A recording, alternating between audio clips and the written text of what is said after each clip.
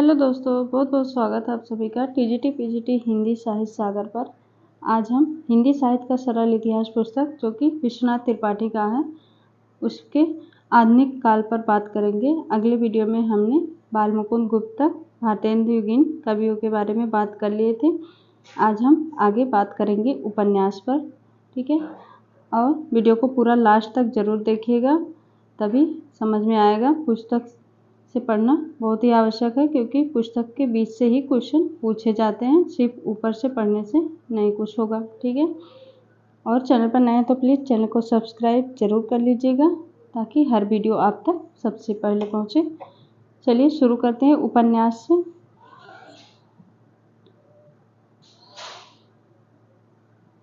उपन्यास परीक्षा गुरु नामक हिंदी का पहला उपन्यास लाला श्रीनिवास दास ने भारतेंदु युग में ही लिखा था। परीक्षा गुरु उपन्यास लाला श्रीनिवास दास ने भारतेंदु युग में लिखा था।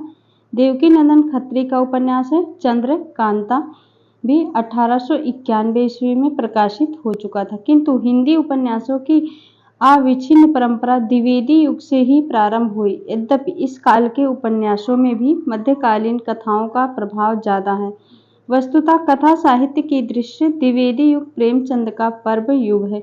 इस काल में बंगला उपन्यासों का अनुवाद भी भारी संख्या में हुआ है। कुछ उर्दू और मराठी साथ साथ अंग्रेजी उपन्यास का भी अनुवाद इस काल में हुआ है।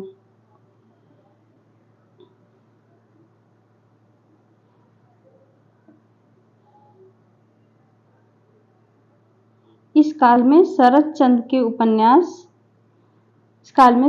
के उपन्यास हिंदी पाठकों में लोकप्रिय हो चले थे। पंडित किशोरीलाल गोस्वामी 1865 से 1932। किशोरीलाल गोस्वामी 19वीं सदी के अंतिम दशक के उपन्यास लिखते आ रहे थे।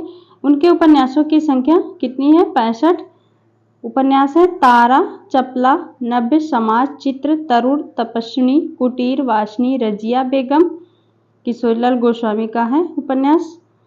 रंग महल में हलाहल, लीलावती का आदर्श, सती, राजकुमारी, लौंगलता व आदर्श बाला, हीराबाई, लखनऊ की कब्र या शाही महल सरा, ये सभी किशोरीलाल गोस्वामी के उपन्यास हैं।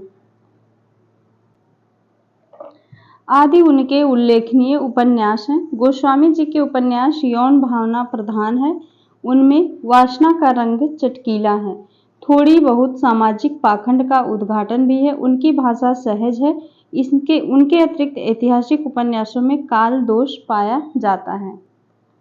अगले कवि हैं बाबू गोपाल राम गहमरी 1866 से 1946। बाबू गोपाल राम गहमरी इस युग के अन्य उल्लेखनीय उपन्यासकार हैं। इन्होंने अनेक जासूसी उपन्यास लिखे। गोपाल राम गहमरी जासूसी उपन्यास लिखने के लिए प्रसिद्ध थे, जिसमें भोजपुर का ठग, बड़ा भाई आदि प्रमुख है। पूछ लेगा बड़ा भाई किस प्रकार का उपन्यास है, तो जासूसी उपन्यास है, और भोजपुर का ठग गोपाल राम गहमरी का। प्रसिद्ध कवि अयोध्या सिंह उपाध्याय हरिऔध और श्री लज्जाराम मेहता भी अनेक उपन्यास लिखे। जैसा कि पहले कहा जा चुका है कि इस युग को उपन्यासों का प्रारंभिक दौर समझना चाहिए, जिसमें चरित्र और परिस्थिति में अंतर संघर्ष नगण्य है तथा लेखक का ध्यान घटना, वैचित्र और मनोरंजन या नीति उपदेश पर है। अभी आप जब पूरा लास्ट तक देखेंगे तो देखना कितने सारे क्वेश्चन आपके बन रहे हैं इसमें से, जो कि परीक्षा में पूछे जा चुके हैं, ठीक है। इसलिए वीडियो को लास्ट तक जरूर देखिएगा। कहानी, उपन्यास और कहानी दोनों आधुनिक विधाएं हैं। उपन्यास और कहानी दोनों आधुनिक विधाएं हैं। प्राचीन कथा से इनका मुख्य अंतर घटनाओं और पात्रों के संबंध में है। पहले पात्र का चरित्र प्रारंभ से निश्चित होता था। वह घटना प्रवाह को अपने चरित्र से प्रभावित करता हुआ मोड़ता था। अब चरित्र पहले से निश्चित नहीं होता, वह घटनाओं का सहजात या उनके साथ साथ जन्म लेता है। पूर्व निश्चित का अभाव आधुनिक तथा साहित्य का लक्षण है। डॉक्टर नामवर सिंह के शब्दों में, नामवर सिंह का कथन है यहाँ पे, कहानी छोटी मुंह बड़ी बात करती है। मोस्ट इम्पॉर्टेंट कथन, एक कई बार परीक्षा में पूछी जा चुकी है। किसकी? किसका कथन है? कहानी छोटे मुंह बड़ी बात करती है, नामवर सिंह का है। यानी वह लघु जीवन खंड के माध्यम से एक संपूर्ण जीवन बोध या सत्य को प्रकाशित करती है। ये वाला आप याद जरूर करिएगा, नहीं तो कॉपी में नोट कर लीजिए। कहानी छोटे मुंह बड़ी बात करती है, नामवर सिंह। यह युग कहानियों का भी प्रारंभिक दौर है। इन कहानियों पर भी घटना वैचित्र का प्रभाव है। यह अवश्य है कि हिंदी कहानी उपन्यास की अपेक्षा भाव व्यंजकता की ओर प्रारंभ से ही झुकी हुई है। हिंदी कहानियों के दर्शन पहल सरस्वती में हुए। पंडित किशोरीलाल गोस्वामी की कहानी है इंदुमती। सरस्वती 1900 में प्रकाशित हुई थी। इंदुमती 1900 ईस्वी में प्रकाशित हुई। शुक्ल जी ने 1900 से 1907 तक प्रकाशित होने वाली 6 कहानियां, जिसमें से है इंदुमती, गुलबहार, प्लेग की चुड़ैल, 11 वर्ष का समय, पंडित और पंडिताइन तथा दुलाई वाली को हिंदी की प्रारंभिक कहानियां माना है। ये वाला क्वेश्चन यूजीसी नेट में पूछा गया है। अब की बार ही पूछा गया था कि रामचंद्र शुक्ल ने किन कहानियों को माना है, तो 6 कहानियां मानी थी, जिसमें से 3 दिया था, इंदुमती, गुलबहार, प्लेग की चुड़ैल, 11 वर्ष का समय, पंडित और पंडिताइन दुलाई वाली कहानी को हिंदी की प्रारंभिक कहानियां माना है। इंदुमती और गुलबहार के लेखक किशोरीलाल गोस्वामी हैं। शेष के रचनाकार क्रमशः मास्टर भगवान दास, रामचंद्र शुक्ल, गिरिजा दत्त वाजपेयी और बंग महिला श्रीमती राजेंद्र बाला घोष हैं। 11 वर्ष का समय अतीत स्मृति की मार्मिक व्यंजना करती है। 11 वर्ष का समय अतीत स्मृति की मार्मिक व्यंजना करती है। बाकी कहानियों में चमत्कारिकता का प्राधान्य है। यह काल लेखकों को एक बारगी कहानी लेखन की ओर झुक पड़ने का काल है। जयशंकर प्रसाद, विश्वंभर नाथ शर्मा कौशिक, राजा राधिका रमण प्रसाद सिंह ने इसी समय कहानियां लिखना प्रारंभ किया। प्रसाद ने 1911 में ग्राम नामक कहानी अपने मासिक पत्र इंदु में प्रकाशित की थी। ग्राम नामक कहानी किसमें प्रकाशित हुई थी? इंदु में। कौशिक की सामाजिक पारिवारिक कहानी रक्षाबंधन 1913 में छपी। राजा राधिका रमण प्रसाद सिंह की प्रसिद्ध कहानी कानों में कंगना 1913 में इंदु में निकली थी। हास्य रस के कहानी लेखक जीपी श्रीवास्तव की कहानी 1919 में छपी।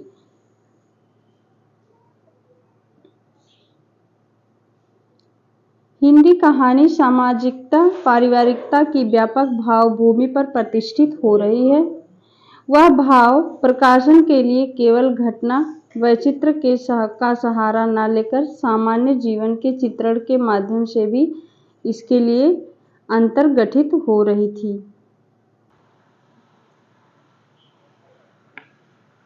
हिंदी कहानी के इस दौर की उपलब्धि हिंदी के प्रकांड विद्वान पंडित चंद्रधर शर्मा गुलेरी की कहानी उसने कहा था है। यह कहानी 1915 की सरस्वती में प्रकाशित हुई थी। उसने कहा था 1915 में प्रकाशित हुई थी सरस्वती में। यह भाव और कला दोनों की दृष्टियों से उत्तम कहानी है। अपने सामान्य जीवन में सामान्य व्यक्ति भी अपने भीतर प्रेम का अक्षय स्रोत किस प्रकार दबाए रहता है। एक मामूली सी घटना व्यक्ति के अंतर्मन में फैलकर उसके जीवन को किस निर्णायक बिंदु पर ले जा सकती है।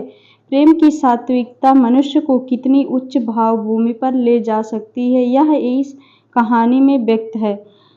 इसमें घटना ऋजु मार्ग पर नहीं चलती, सहज ऋजु मार्ग पर नहीं चलती, वह वक्र मार्ग पर चलती है। यानी घटना कर्म काल क्रम पर नहीं, मनोभूमि के अनुसार व्यवस्थित है।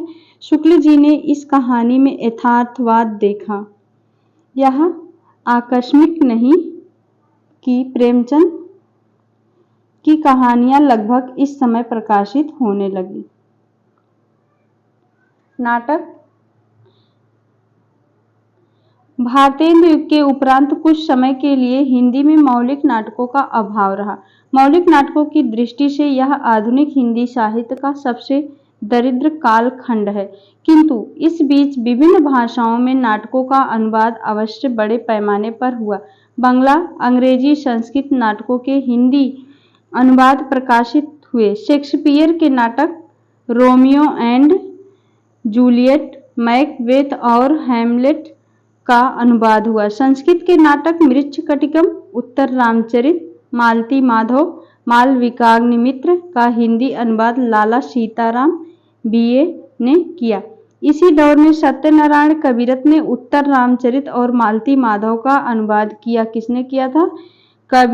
उत्तर रामचरित और मालती माधव का हिंदी में अनुवाद किया था सत्यनारायण कविरत ने, जिनकी चर्चा हम कर चुके हैं। मौलिक नाटकों में किशोरीलाल गोस्वामी, हरिऔध, शिवनंदन सहाय, राय देवी प्रसाद पूर्ण का नाम लिया जा सकता है, पर ये लोग साहित्य में अपने नाटकों के लिए नहीं बल्कि अन्य विधा की रचनाओं के लिए विख्यात हैं। इसी से इस काल में मौलिक नाटकों की उपस्थिति का पता चल सकता है। पंडित किशोरीलाल गोस्वामी के नाटकों में उल्लेखनीय नाम चौपट, चपेट और मयंक मंजरी है। पहला प्रहसन है और दूसरा अति सामान्य कोटि का नाटक। हरिऔध ने रुक्मिणी परिणय और प्रद्युम्न विजय व्यायोग लिखा। शिवनंदन सहाय के नाटक का नाम सुदामा है। सुदामा नाटक किसका है? शिवनंदन सहाय। पूर्ण जी ने चंद्रकला भानु कुमार नाटक लिखा। समालोचना भारतेंदु काल में पुस्तक समीक्षा का सूत्रपात हो चुका था। भारतेंदु ने नाटक पर जो निबंध लिखा है उसे समालोचना के अंतर्गत मानना चाहिए। किसी एक रचनाकार का गुण दोष दिखाने के लिए हिंदी आलोचना की पहली पुस्तक महावीर प्रसाद द्विवेदी की हिंदी कालिदास की आलोचना है। हिंदी आलोचना की पहली पुस्तक पंडित महावीर प्रसाद द्विवेदी की हिंदी कालिदास की आलोचना है। यह कालिदास के ग्रंथों का जो अनुवाद लाला सीताराम बीए ने किया था उसी की समीक्षा है। द्विवेदी जी ने कालिदास के मूल ग्रंथों पर भी नैषध चरित चर्चा, विक्रमांक देव चरित चर्चा और कालिदास की निरंकुशता पर विचार किया था। कालिदास जैसे महान कवि के दोष निकाले जाए, यह प्रवृत्ति द्विवेदी जी के अभिभूत न होने वाले व्यक्तित्व की सूचक है। पतली सी पुस्तक है, हिंदी साहित्य का सरल इतिहास पुस्तक। इसको पढ़ लीजिए, बहुत ही अच्छी पुस्तक है और शॉर्ट में है, ज़्यादा मोटा भी नहीं है और सभी इम्पोर्टेंट भी है। यहाँ से क्वेश्चन बहुत सारे, इसमें से तो अब की बार यूजीसी नेट में काफ़ी क्वेश्चन पूछे गए थे। आगे चलते हैं। इस युग की हिंदी आलोचना का ऐतिहासिक महत्व आधुनिक और रीतिवादी प्रवृत्तियों के द्वंद्व में है। इस युग के सभी आलोचकों को पूरी तरह से रीतिवादी या आधुनिक श्रेणी में रख देना भी उचित नहीं है। मिश्र बंधु श्याम बिहारी मिश्र 1873-1947 तथा सुखदेव बिहारी मिश्र 1878-1951 रीतिकालीन साहित्य के जानकार थे। उन्होंने हिंदी नवरत्न में देव को ऊंचा स्थान दिया था। मिश्र बंधु श्याम बिहारी मिश्र, सुखदेव बिहारी ने देव को ऊंचा स्थान दिया था और उन्हें सूर तुलसी के समकक्ष रखा। यह उनकी रीतिवादिता का पता देता है। लेकिन मिश्र बंधुओं ने श्रीधर पाठक की खड़ी बोली कविताओं का स्वागत भी किया। इसका अर्थ यह हुआ कि मिश्र बंधु सर्वत्र न तो रीतिवादी थे और न ही आधुनिकतावादी। इस प्रकार द्वंद्व अलग अलग व्यक्तियों में ही नहीं, कभी कभी एक ही व्यक्ति के अंदर भी चल सकता है। रीति विरोधी आलोचना नए ज्ञान विज्ञान के आलोक में विकसित नए जीवन मूल्यों के मानदंड पर साहित्य को तोलती थी, जबकि रीतिवादी आलोचना नायिका भेद, अलंकार आदि की दृष्टि से साहित्य की परीक्षा करती थी। जहाँ विरोध इस द्वंद्व पर नहीं होता था, वहाँ आलोचना का विकास नहीं दिखाई पड़ा। उदाहरण के लिए देव बड़े की बिहारी के झगड़े में जो तुलनात्मक आलोचना इस समय दिखाई पड़ी, उससे हिंदी आलोचना का विकास भी हुआ। ऐसा नहीं कहा जा सकता। इस झगड़े में दोनों पक्ष रीतिवादी थे, इसीलिए वे एक ही प्रकार के तर्क देते थे। पंडित कृष्ण बिहारी मिश्र 1890 सहृदय थे, किंतु उनके आलोचना मूल्य रीतिवादी थे। उन्होंने देव और बिहारी पुस्तक में देव को बिहारी से बड़ा कवि सिद्ध किया। उसके उत्तर में लाला भगवान दीन ने बिहारी और देव लिखकर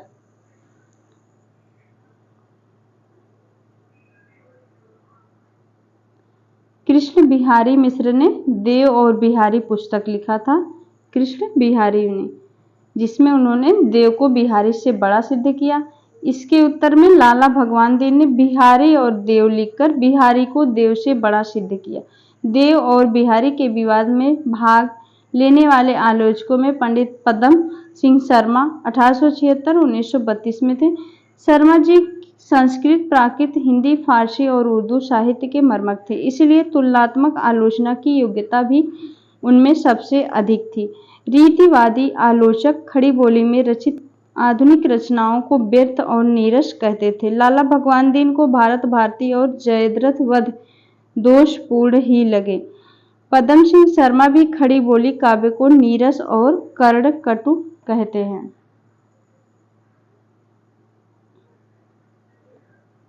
खड़ी बोली काव्य को नीरस और कर्ण कटु कहते हैं पदम सिंह शर्मा। रीतिवादी आलोचना ने यह लाभ अवश्य हुआ है कि अनेक प्राचीन कवियों की टीकाएं तैयार हो गई। महावीर प्रसाद द्विवेदी 1864-1938 ने अपनी आलोचना से हिंदी रचनाकारों को वस्तु और रूप के प्रयोग की प्रेरणा दी। उन्होंने साहित्य विशेषता कविता के महत्व को पुनर्स्थापित करने का प्रयास किया। उन्होंने कविता को केवल विलास की सामग्री न मानकर लिखा है।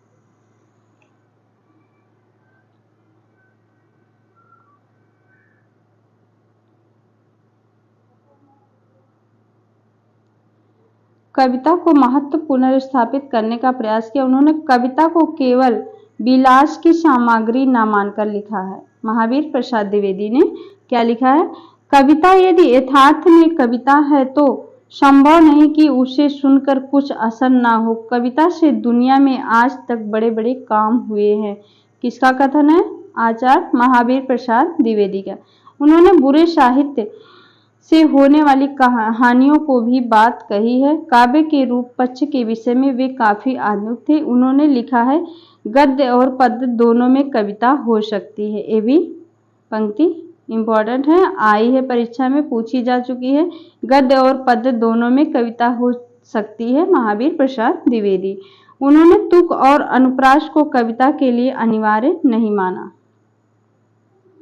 पंडित महावीर प्रसाद द्विवेदी ने रीतिवादी साहित्य का विरोध करने के लिए ही नायिका भेद, अलंकार, ब्रजभाषा में काव्य रचना आदि का विरोध किया। उन्होंने साहित्य के लिए सामाजिक हित, प्रकृति सौंदर्य, मानव मनोविज्ञान, यथार्थ आदि को उचित विषय बताया। पंडित रामचंद्र शुक्ल 1884-1941 ने लेखन इसी काल में प्रारंभ किया था। उनका साहित्य नामक निबंध 1904 में सरस्वती में छपा था, किंतु उन्हें निबंध संकलन और आलोचनात्मक ग्रंथ बाद में प्रकाशित हुए।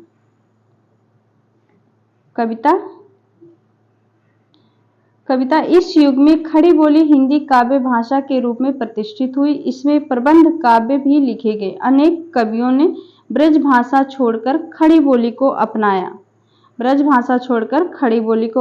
एक और खड़ी बोली को ब्रजभाषा के समक्ष काव्य भाषा के रूप में प्रतिष्ठित किया गया। दूसरी ओर विकसित चेतना के कारण कविता नई भूमि पर संचरण करने लगी। रीति का विरोध निषेधात्मक था, सार्थक विरोध किसी रचनात्मक दिशा की ओर उन्मुख होता है। वास्तव में जो बोध रीतिवाद का बोध कर रहा था, वही एक नया भाव भी निर्मित कर रहा था। नए भाव बोध का पहला क्षण स्वच्छंदता की प्रवृत्ति थी। जो श्रीधर पाठक के काव्य में प्रकट हुई। रीतिबद्धता एवं प्रणाली निर्दिष्टता के विरोध में उनके प्रति विद्रोह का यह स्वाभाविक परिणाम था। जब जड़ शास्त्रीयता भावधारा को जड़, उबाऊ एवं गतकालिक बना देती है, तब काव्य धारा का विकास स्वच्छंद मार्ग पर चलकर होता है। यह मार्ग लोक जीवन और प्रकृति के बीच से होकर जाता है। लोक जीवन काव्य को ताजगी देता है, इसमें थोड़ी बहुत रहस्य भावना भी आ जाती है। इस प्रवृत्ति को स्वच्छंदतावाद या रोमांटिसिज्म कहते हैं। कहने की आवश्यकता नहीं है कि काव्य की यह प्रवृत्ति भाषा और छंदों में दिखाई पड़ती है और साहित्य भाषा का लोक भाषा की ओर मुड़ती है। साथ ही छंदों पर भी लोक प्रचलित लय और धुनों का प्रभाव पड़ता है। श्रीधर पाठक 1876-1928। श्रीधर पाठक खड़ी बोली के प्रथम कवि हैं। श्रीधर पाठक खड़ी बोली के प्रथम कवि हैं, जिनमें इस काव्यगत स्वच्छंदता के दर्शन हुए। पाठक जी पहले ब्रज भाषा में कविता करते थे। उनका प्रकृत प्रेम ब्रज भाषा काव्य में प्रकट हो चुका था। खड़ी बोली उनके भावबोध अधिक अनुकूल थी। 1900 में उन्होंने गुणवंत हेमंत नामक कविता लिखी। गुणवंत हेमंत कब लिखी थी? 1900 ईस्वी में श्रीधर पाठक ने।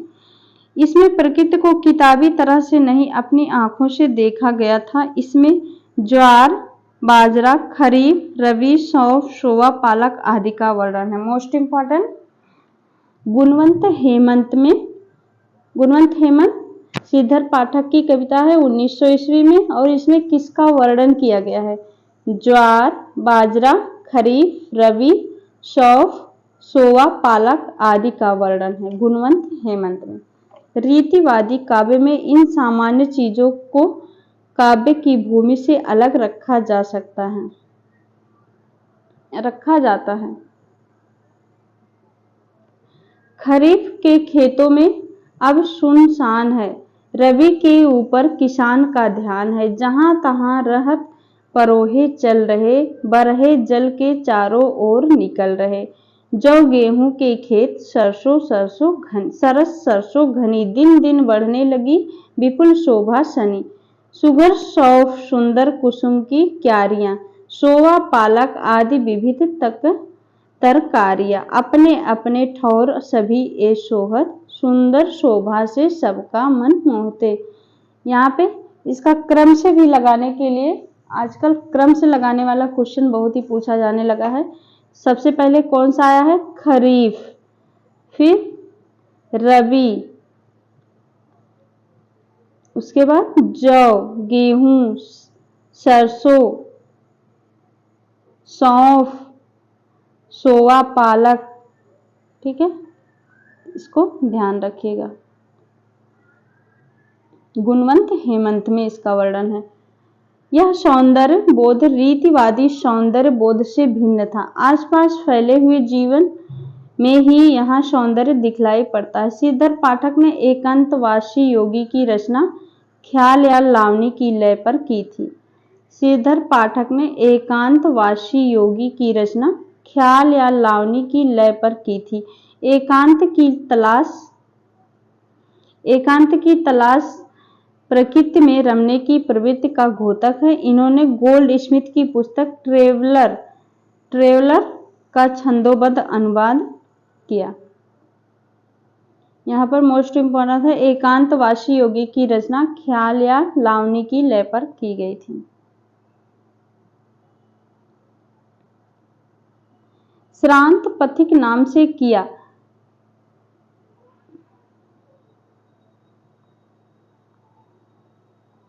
इन्होंने श्रीधर पाठक ने गोल्ड स्मिथ की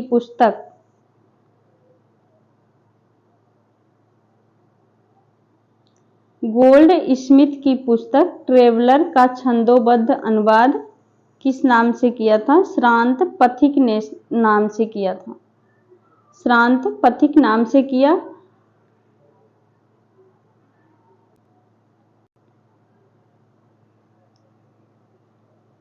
उजड़ ग्राम नामक इनकी रचना ब्रज भाषा में है। इन्होंने छंदों को नए ढांचों में ढाला। ऐसा करने से वे लय एवं प्रवाह का ध्यान रखते थे। कुछ कविताएं इन्होंने आतुकांत और दूरांतर प्रवाही वाक्य विधान जिसे अंग्रेजी में रन ऑन कहते हैं, में की। इसमें वाक्य लंबे होते हैं और वे पंक्ति के साथ नहीं, किसी भी पंक्ति के बीच में समाप्त हो जाते हैं, जैसे सांध अटन की ये पंक्तियां हैं। बिजन वन प्रांत था, प्रकृति मुख शांत था, अटन का समय था, रजनी का उदय था, प्रसव के काल की लालिमा में लसा, बाल राशि व्योम की ओर था आ रहा।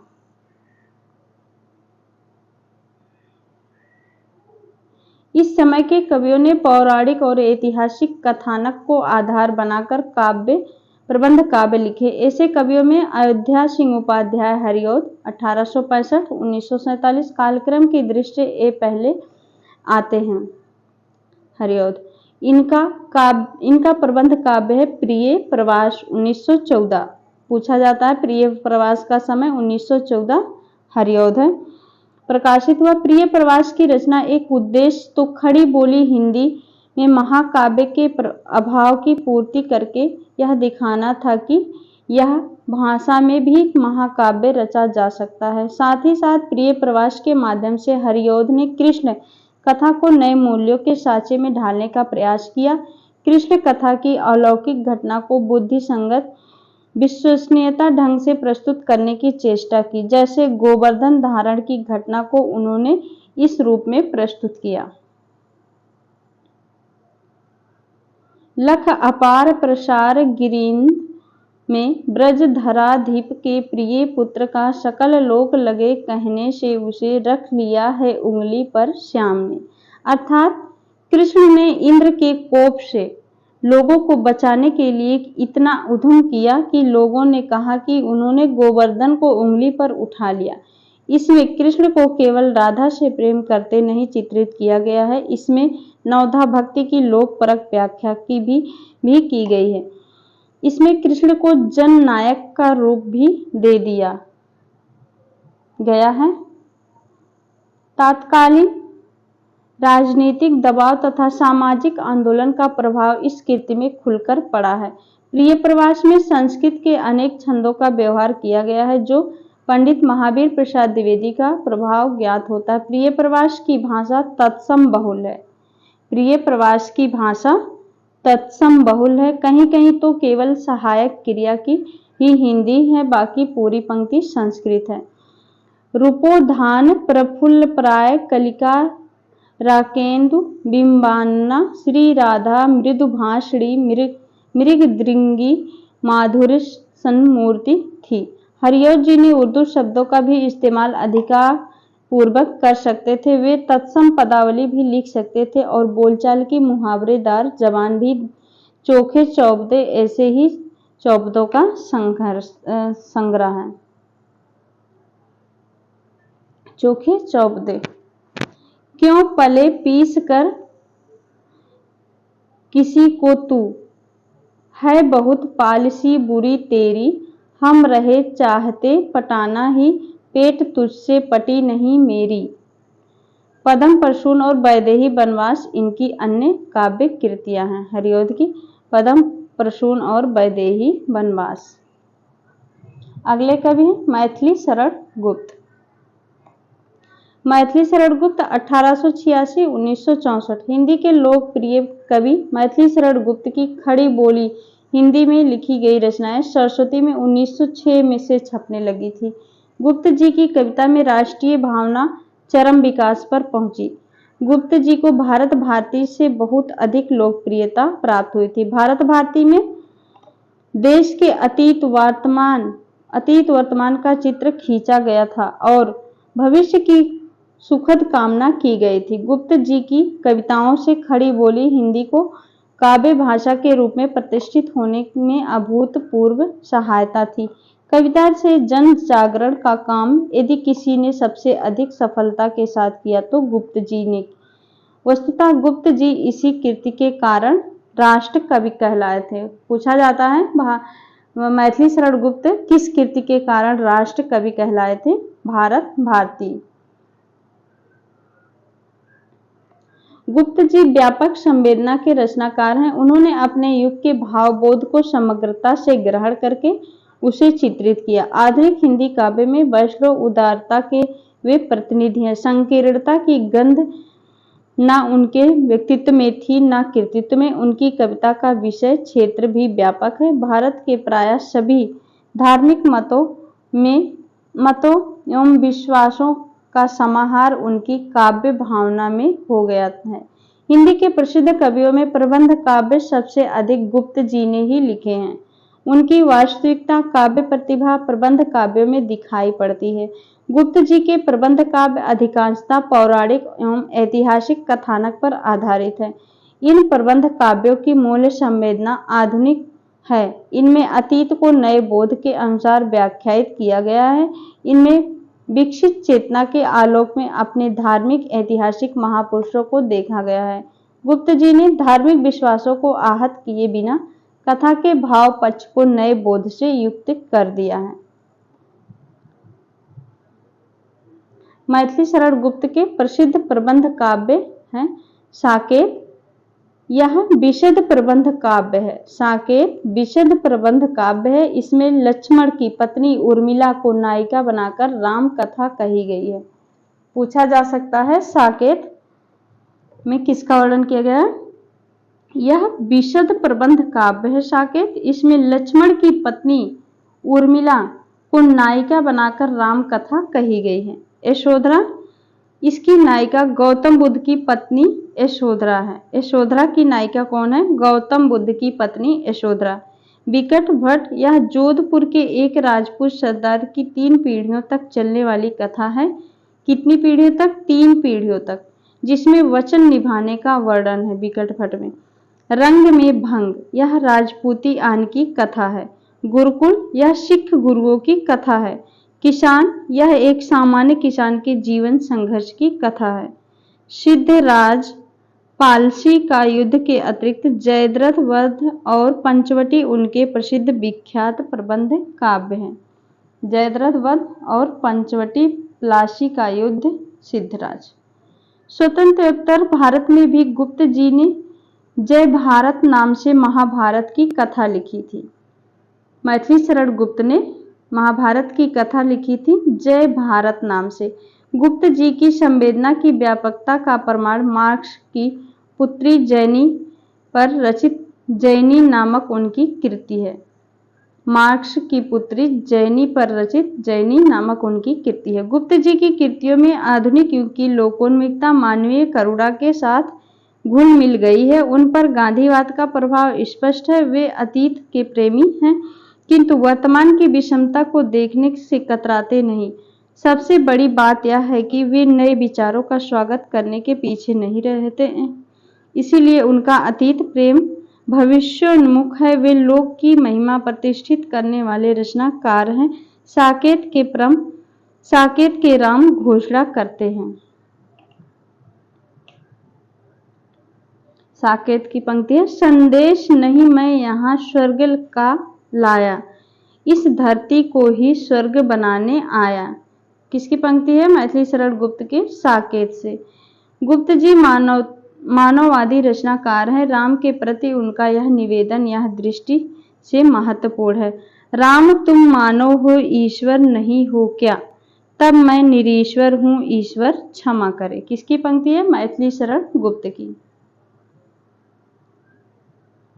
प्राचीन कथा में नया भावबोध भरने का उद्योग हरिऔध ने प्रिय प्रवास में किया था। गुप्त जी ने भी वही काम साकेत में किया, किंतु गुप्त जी की संवेदना व्यापक तो थी ही, उनमें रचनात्मक क्षमता की अधिक थी। इसलिए उनकी रचनाओं में प्राचीन आख्यानों में आधुनिक बोध कलात्मकता के साथ रच बस गया है और उतरा कर अलग ही दिखाई पड़ता। गुप्त जी की कृतियों में पारिवारिकता केंद्रीय संवेदना के रूप में उभरती है। संयुक्त परिवार भारतीय समाज की महत्वपूर्ण विशेषता है। स्वाधीनता की चेतना काव्य में अनुरूप नहीं रहती, उसका दबाव मानवीय संबंधों पर भी पड़ता है। गुप्त जी के यहाँ पारिवारिक संबंधों का चित्रण नई चेतना के आलोक में किया गया है। उर्मिला, कैकेयी, यशोधरा, लक्ष्मण यथागत सब में कुछ न कुछ नवीनता है। गुप्त जी पारिवारिकता में तो मार्मिकता पैदा करते हैं। उसे देखकर कहीं कहीं तो भवभूति की याद आ जाती है।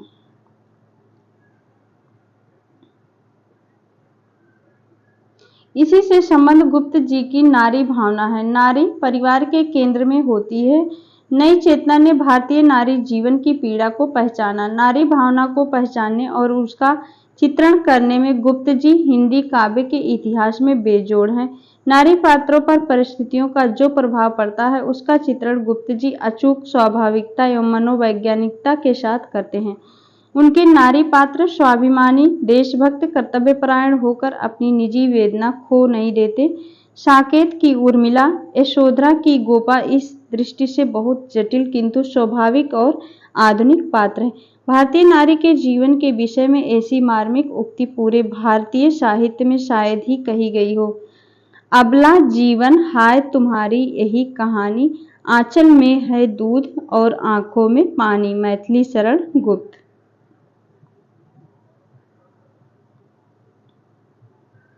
गुप्त जी ने मुक्तक भी कम नहीं लिखे हैं। उनमें उनके मुक्तक व्यवस्थित होते हैं। भाषा का प्रवास चाहे उनमें ना मिले किंतु स्थिति योजना की दृष्टि से वे चुस्त होते हैं। गुप्त जी ने कुछ बंगला काव्य कृतियों का अनुवाद भी किया है। माइकेल मधुसूदन दत्त के मेघनाथ वध का जैसा उत्तम अनुवाद उन्होंने किया है, वह काव्यानुवाद का अभी तक प्रतिमान है। पंडित रामचंद्र शुक्ल ने लिखा है मैथिली शरण गुप्त के बारे में। रामचंद्र शुक्ल कहे हैं, मोस्ट इंपॉर्टेंट, गुप्त जी की प्रतिभा की सबसे बड़ी विशेषता है कालानुसरण की क्षमता, अर्थात उत्तरोत्तर बदलती हुई भावनाओं और काव्य प्रणालियों को ग्रहण करते चलने की शक्ति।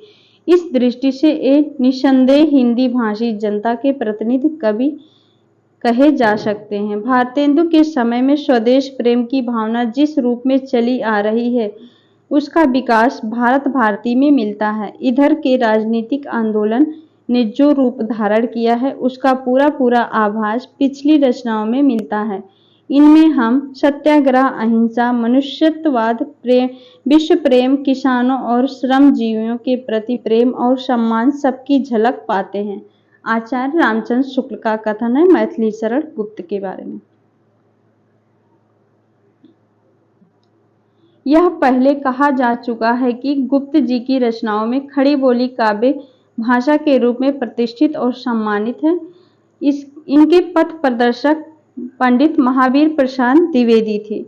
खड़ी बोली को काव्य भाषा के रूप में मांझने का प्रयास इनकी रचनाओं में साफ झलकता है। गुप्त जी ने गीत और गेय पद भी लिखे हैं। हरिगीत का इनका प्रिय छंद है। मैथिली शरण गुप्त का प्रिय छंद है हरिगीत का, पूछा जा सकता है। प्रबंध काव्यों में यथास्थान वाक् चातुरी, संवादात्मकता और वक्तृत्वता पाई जाती है। कहीं कहीं तुकों का मोह अखरता है। जैसे ये निरंतर नए नए विषयों की ओर मुड़ते गए हैं वैसे ही शिल्प की ओर भी। गुप्त जी ने आतुकांत रचनाओं में भी सफलता पाई है। मेघनाथ वध का अनुवाद इन्होंने आतुकांत कविता में किया है। इंपॉर्टेंट है, मैथिली शरण गुप्त ने मेघनाथ वध का अनुवाद इन्होंने आतुकांत कविता में किया है। बाद में यह छंद प्रवृत्ति प्रसाद और निराला की रचनाओं में भी मिलती है। छायावाद के दौर में गुप्त जी ने उस ढंग की भी कविताएं लिखी हैं। गुप्त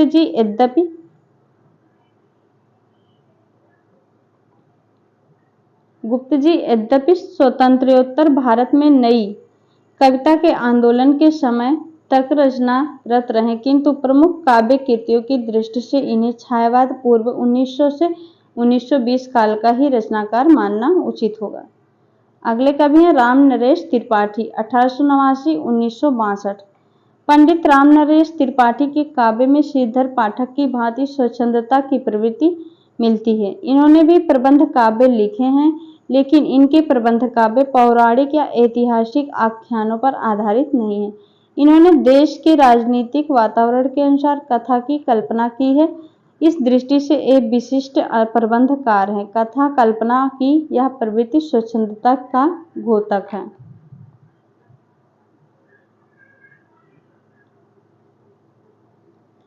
उनकी कथा कल्पना में नर नारी का मनोविज्ञान, योगीन भावबोध एवं प्रकृति की रमणीयता सबका योगदान है। प्रेम की भावना और कर्तव्य का विवेक बोध, इन दोनों से द्वंद्व में देश प्रेम का बलवती भावना बताकर कवि ने प्रेम को विस्तार दिया। शुक्ल जी के शब्दों में शुक्ल जी कहे हैं, देशभक्ति को रसात्मक रूप त्रिपाठी जी द्वारा प्राप्त हुआ है। रामचंद्र शुक्ल का कथन है, देशभक्ति को रसात्मक रूप त्रिपाठी जी द्वारा प्राप्त हुआ है। त्रिपाठी जी के प्रसिद्ध प्रबंध काव्य हैं मिलन, पथिक और स्वप्न। मिलन, पथिक और स्वप्न। त्रिपाठी जी के स्वतंत्रता सेनानी भी थे, केवल साहित्यकार नहीं, वे कई बार जेल गए हैं। देश के प्रायः सभी भागों का उनका भ्रमण किया था। इसलिए पथिक में दक्षिण भारत और स्वप्न में उत्तर भारत की प्रकृति का वर्णन है। पथिक में दक्षिण भारत और स्वप्न में उत्तर भारत का वर्णन है।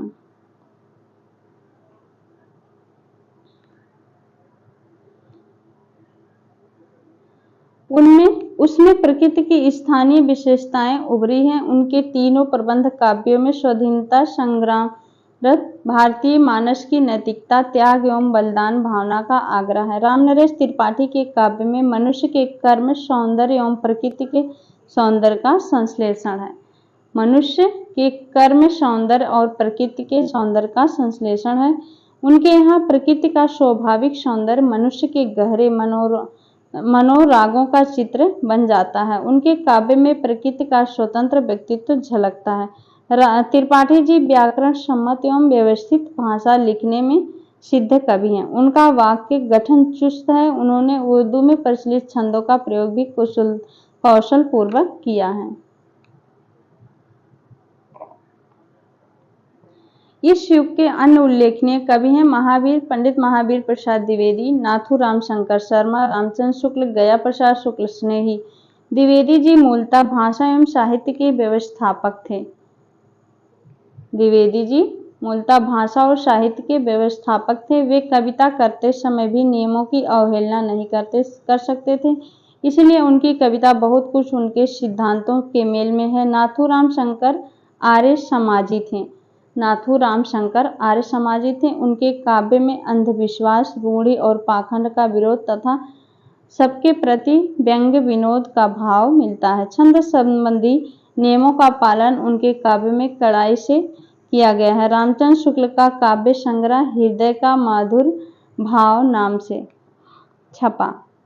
पंडित रामचंद्र शुक्ल का काव्य संग्रह किस नाम से छपा था? हृदय का मधुर भार नाम से छपा।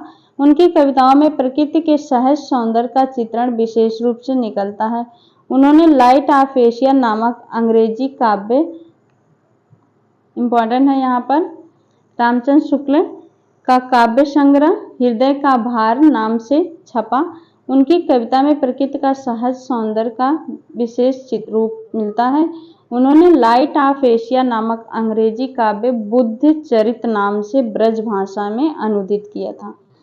लाइट ऑफ एशिया नामक अंग्रेजी काव्य को किस नाम से किया था? बुद्ध चरित नाम से ब्रज भाषा में अनुदित किया था रामचंद्र शुक्ल ने। गया प्रसाद शुक्ल स्नेही एक उपनाम त्रिशूल भी है। गया प्रसाद शुक्ल स्नेही का उपनाम त्रिशूल भी है। ये स्वाधीनता और स्वच्छंद कवि हैं। उर्दू में भी ये बहुत अच्छी कविता करते हैं। यद्यपि 1918 के आसपास हिंदी काव्य में छायावाद का उद्भव हो चुका था, किंतु इस दौर की प्रवृत्तियों वाली धारा बाद में ही प्रवाहित होती रही। ठाकुर गोपाल शरण सिंह, अनूप शर्मा इतिवृत्तात्मक शैली में काव्य रचना करते रहे हैं। श्याम नारायण पांडे ने हल्दी घाटी और जौहर नामक वीर रसात्मक प्रबंध काव्यों की रचना की है। आगे है गांधी युग का साहित्य, यथार्थ और स्वप्न की अभिव्यक्ति। इस पे हम कल चर्चा करेंगे। आज के लिए बस इतना ही। आपको यह वीडियो लेक्चर कैसा लगा कमेंट करके ज़रूर बताइएगा, ताकि हमें भी पता चले, ठीक है। और चैनल पर नए हैं तो प्लीज़ चैनल को सब्सक्राइब ज़रूर कर लीजिएगा। मिलते हैं कल एक और नए टॉपिक के साथ। तब तक के लिए बहुत बहुत धन्यवाद दोस्तों। शुभ रात्रि सभी को।